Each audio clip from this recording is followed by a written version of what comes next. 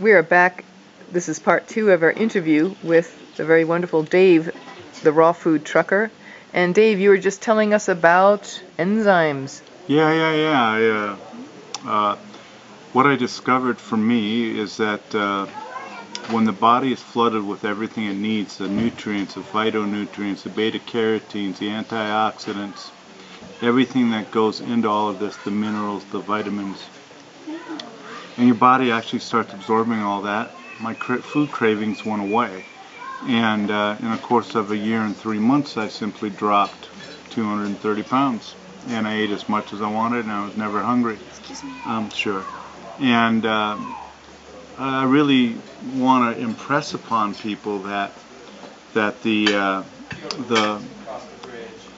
really want to impress upon people the importance of enzymes, that your foods are live, living foods, because if they're not, your body will never properly digest the amount of nutrition it's supposed to get out of our fruits and vegetables, and that includes with animals. For those of you that eat animal products, I choose not to, but for those of you that do, just be aware. A perfect example of what I'm talking about is, now we're talking about digestible protein here, okay? We're talking about what the body can digest in terms of protein.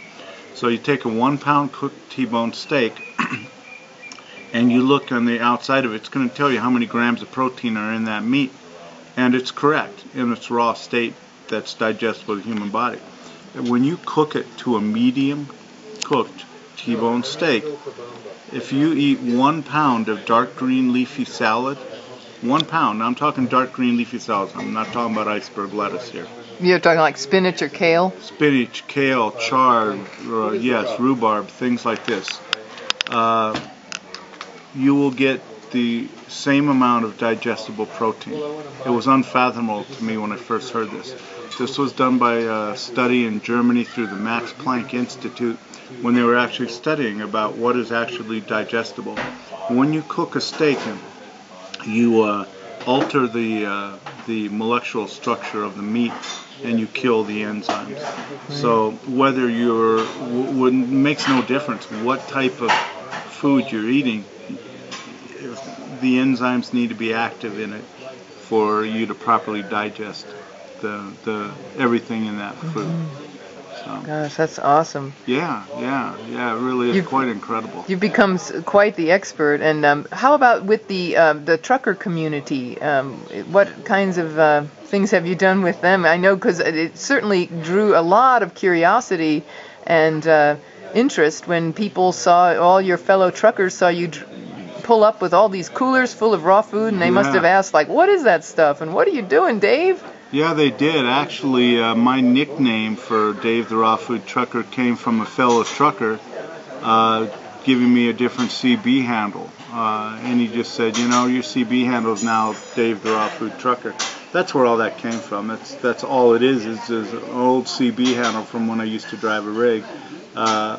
As of 8 months ago, I haven't been driving a rig. I've been doing this full time. That's awesome. Yeah. With Teresa B. Grace, your guardian angel. She is my guardian angel. Yes, she is. Yes,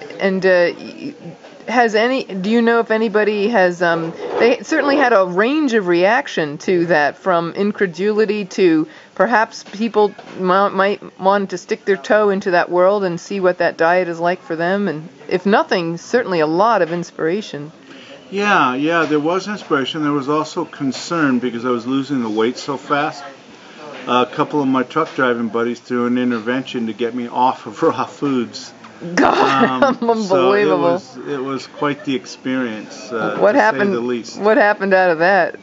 Well, we didn't talk for quite some time. I didn't look at it from their perspective, which was for the knowledge that they had and the information that they had. They were truly concerned for my life, that, you know, I was losing the weight so fast that, you know, I'd have a heart attack or something. Didn't some people take bets too? Oh yeah, many people were placing bets that I wouldn't be able to finish it, that I wouldn't live, that I would die, all this kind of stuff.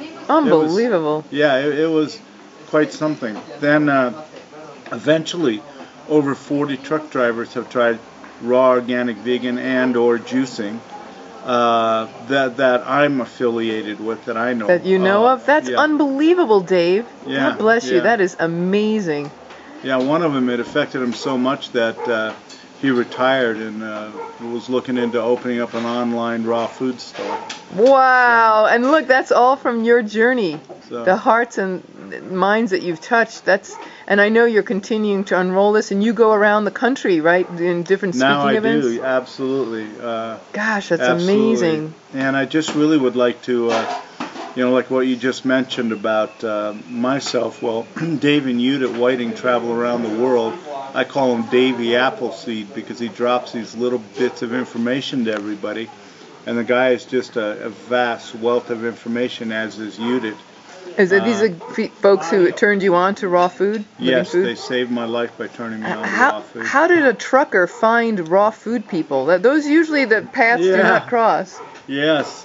Well, the way that worked out was I teach people how to drive a big rig, and they hopped into my truck and I trained them.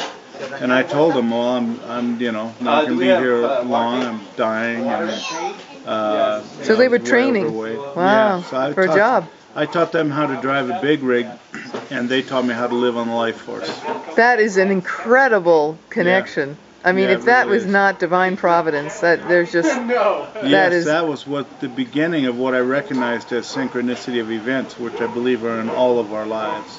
That is amazing. Yeah. And that's just, and the people you've met and the hearts and minds, and you also had some amazing experiences with your heart, opening your heart, and I know for me, I've found some amazing openings, even though I've already been working on myself with yoga and such, but then going 100% raw, I've been 100% raw, but any kind of level that anybody can take, it opened my heart deeper. And can you just share maybe a little story about that with your own?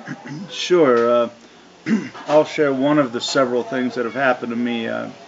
3 months, 90 days into being raw, I'd lost 98 pounds in 3 months. And I was coming down off the Grapevine and off the I-5 in Southern California, coming out of L.A. I'm sorry, I'm talking trucker lingo, dropping off the Grapevine and stuff. But I thought it was an earthquake. I really did. I was grabbing this steering wheel of my big rig, and it was like an explosion. It just came out of my heart. And it was this explosion of love. I can't begin to describe to you what I felt.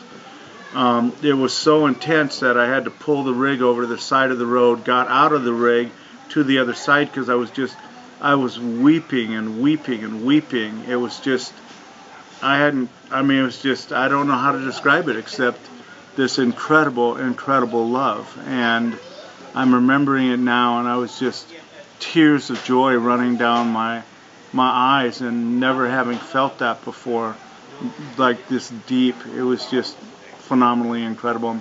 That was just one of several things that have happened. My third eye opened up. I didn't know what that was either. I didn't know what the explosive love was at the time. I really thought I was going crazy, and I called a psychiatrist. Decided I needed to quit the raw foods because it's making me like weird. Right. You know? But it wasn't weird. It was just you feeling love. No, actually, at the opening of the Raw Food World Conference here, I made a statement, and I really believe that statement, and that is that what we're doing down here is normal. The way we're eating foods is the way that our ancestors have eaten foods for thousands of years. Be a few minutes. So here in Vilcabamba, Ecuador, yeah. The Raw Food World Conference. Yeah. Yeah, it is normal, and you don't know that until you cross over, isn't that true? We don't know that because I grew up on Similac. I did not grow up on mother's milk. Then on top of that, every food that I've been eating since I was an infant has been cooked.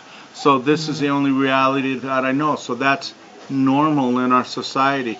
But really, if you look at what's going on, and if you take a look at history, it doesn't take much. Just Google it and check it out. You'll see what I'm talking about. The masses ate primarily plant species.